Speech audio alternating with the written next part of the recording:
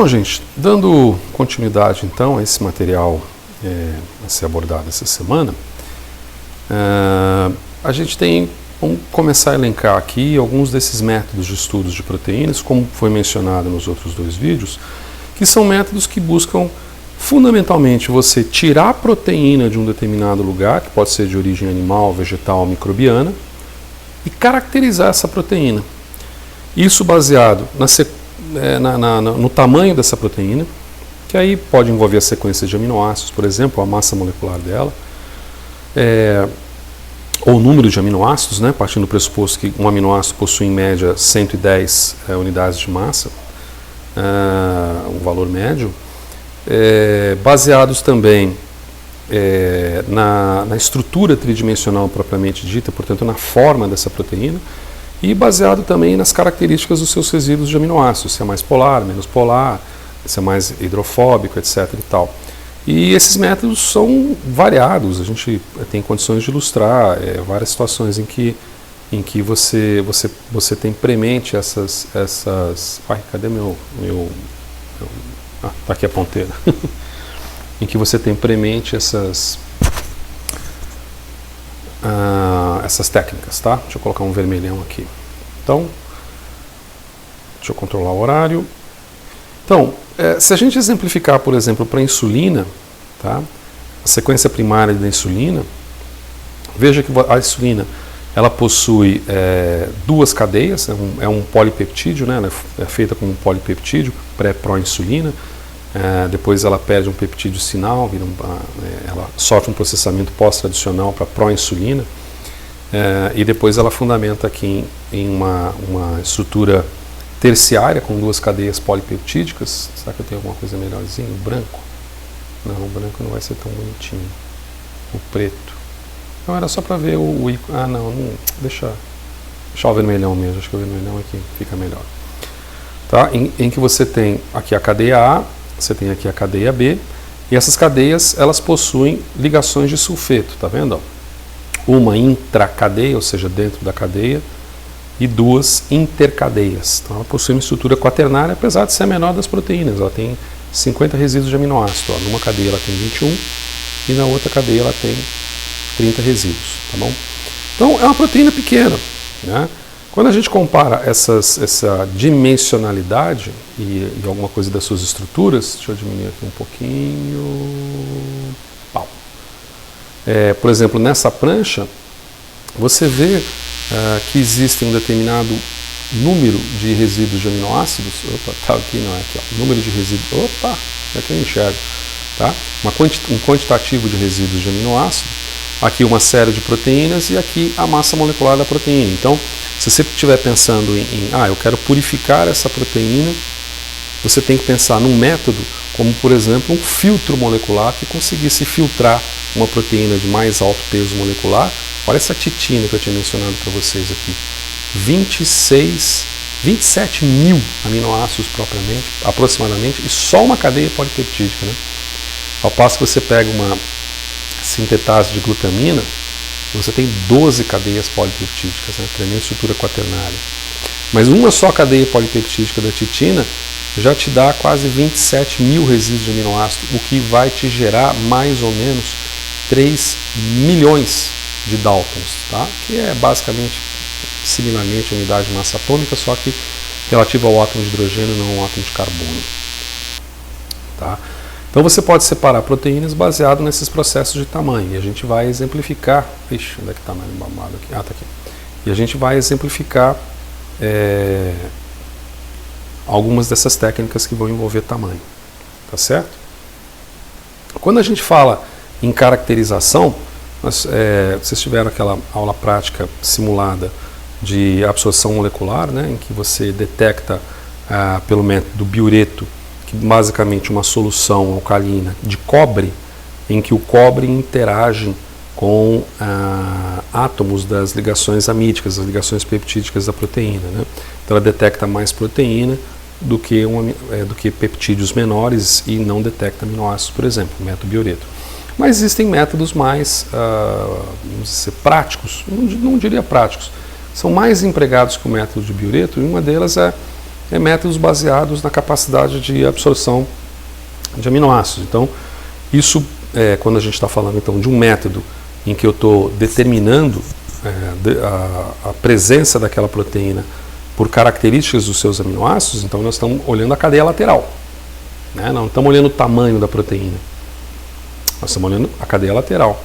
E dentre os aromáticos, o triptofano, a tirosina e a fenilalina possuem uma forte absorção na faixa entre 260 nanômetros a 290 nanômetros, em que normalmente o triptofano é o gostosão da balachita aqui, capaz de ter uma absortividade de maior que 7 vezes a absortividade, por exemplo, da fenilalanina, certo?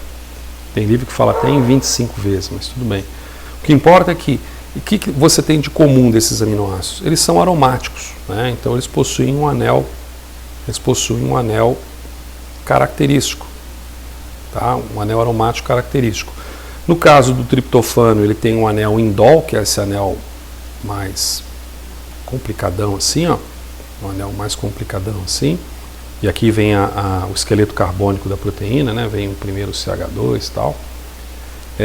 Ou então você pode ter só uma fenilalanina aqui, que diz respeito, só um anel de benzeno, que diz respeito à fenilalanina, ou você pode ter também, e aí a gente descaracteriza esse anel indol aqui, ó, você pode ter também um anel com uma tirosina, um anel com uma hidroxilação, né, no benzeno, o que gera, por exemplo, a tirosina. O que importa é que todos são aromáticos, e por essa característica terão absortividades dentro de uma faixa de comprimento de onda. Então, se você já ouviu falar em cromatografia de alta eficiência, ou HPLC, que é muito utilizado para caracterização de elementos, dentre esses elementos proteínas, a absortividade de proteínas em instrumentos como um espectrofotômetro, né, que é o que vocês viram lá naquele ensaio virtual, né, antes do período de férias, se faz muitas vezes a leitura em 280 nanômetros, tá certo? Isso para uma caracterização, por exemplo, da presença de proteína. O que é diferente, vamos deixar isso bem claro, isso aqui para proteína. O que é diferente de uma caracterização que você faz normalmente em 260 nanômetros e que é premente para ácidos nucleicos. Então tem até uma continha, ou mais de uma continha, em que você mede em 260, mede em 280 e depois, por aquela continha, você sabe se existe um contaminante de massa nucleica presente na proteína e vice-versa. Tá? Se existe um contaminante proteico no material genético que você esteja investigando. Tá? Isso tem a ver com caracterização, quer dizer, eu não estou purificando nada aqui.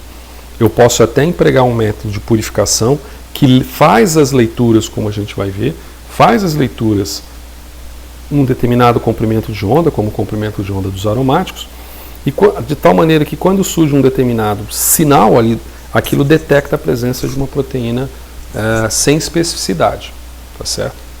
Sem qualquer especificidade. Um método de caracterização muito falado hoje é esse chamado ELISA. É um método de caracterização, não é de purificação. Já vi até alguma coisa de tentativas do ELISA para purificação, mas é bobagem, ele é mais voltado para caracterização. E ele é muito voltado, o ELISA, para diagnóstico. Tá? E entre esses diagnósticos de várias doenças, como por exemplo de herpes, vírus, de HIV, tuberculose, uma série de doenças também bacterianas, tá? Bacterianas, sei lá como é que eu coloco aqui, bactérias, alguma coisa assim, porque ele é bastante específico.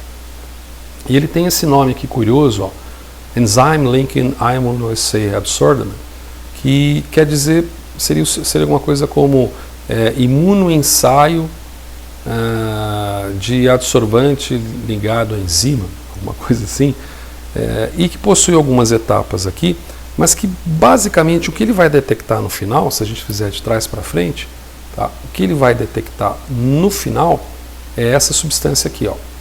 Esse aqui é o alvo. Tá? Então, aonde houver esse alvo presente numa solução misturada, o que se chama muitas vezes de matriz complexa. O que é matriz complexa?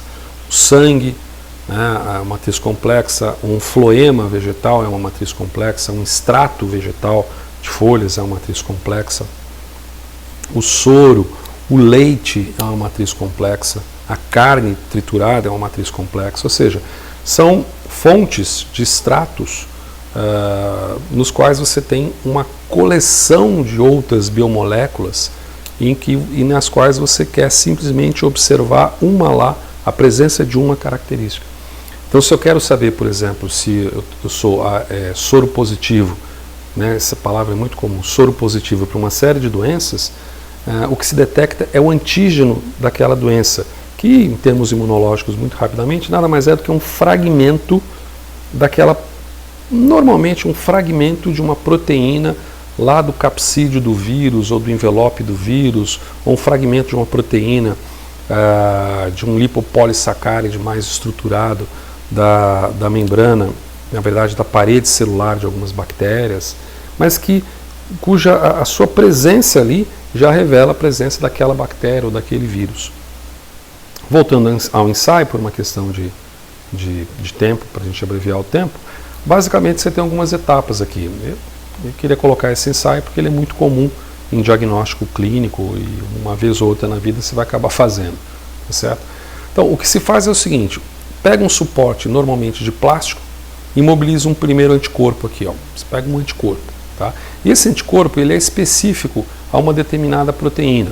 É claro que você não vai jogar essa proteína, você vai jogar lá, por exemplo, uma determinada amostra contendo um conjunto enorme de substâncias, entre elas essa proteína-alvo, tá certo?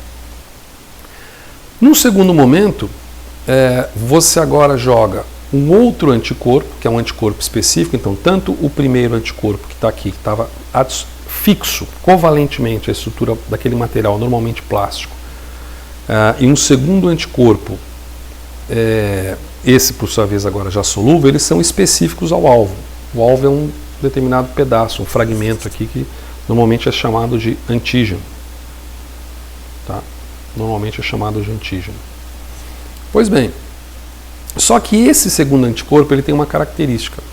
Ele tem uma enzima ligada nele, que é uma enzima que não tem nada a ver com o antígeno, com a bactéria, com aquele vírus, com o que se quer determinar. Mas como a gente deve ver a partir da semana que vem, enzimas são muito específicas para os seus substratos. O que em química seria uma reação que permitiria a enzima quebrar, vamos dizer assim, o substrato, liberando um produto. E esse produto, um produto detectável. Normalmente essas enzimas são específicas para determinados substratos aqui, e esses substratos liberam um produto de coloração amarela. Tá?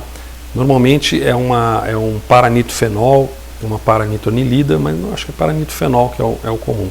E essa cor, perdão, essa cor amarela, ela pode ser detectada numa absorbância a 410 nanômetros.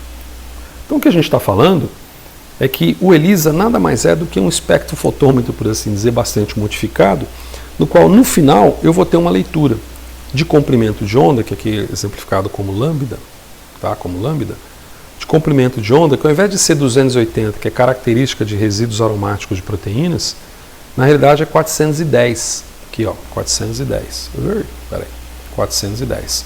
Que é característico do produto liberado por um substrato que tem especificidade por uma enzima que está ligada a um segundo anticorpo que foi jogado em solução depois que eu lavei aquele material plástico que foi submetido à incubação com a amostra de interesse aqui. Então, repetindo e resumindo, tem um material plástico, ali já tem um anticorpo fixado, você joga uma mistura de substâncias, depois eu vou mostrar em mídia isso, em videoconferência. Você joga uma mistura de substâncias, o antígeno se liga àquele primeiro anticorpo, eu jogo um segundo anticorpo, só que esse segundo anticorpo agora solúvel, não está fixo, ele é solúvel, aí ele está preso a uma enzima, e aí, uma vez que está presa a enzima, eu lavo aquele sistema, eu vou ter no final a superfície plástica, um primeiro anticorpo, um antígeno, um segundo anticorpo e uma enzima. Agora eu jogo uma solução contendo um substrato específico para aquela enzima, cujo produto amarelo pode ser facilmente detectado num equipamento muito parecido com o espectrofotômetro na sua essência, mas muito mais caro que um espectrofotômetro no seu preço, tá certo? E existem equipamentos que fazem essas leituras, por exemplo, em pequenos pocinhos de 0,2, 0,3 ml e com 1.250 leituras simultâneas, de 96 a múltiplos de 96, tá certo? Você encaixa essas placas ali e as leituras são feitas automaticamente. Então esse é um método também de caracterização, não é propriamente um método de purificação. Vamos dar uma pausinha agora.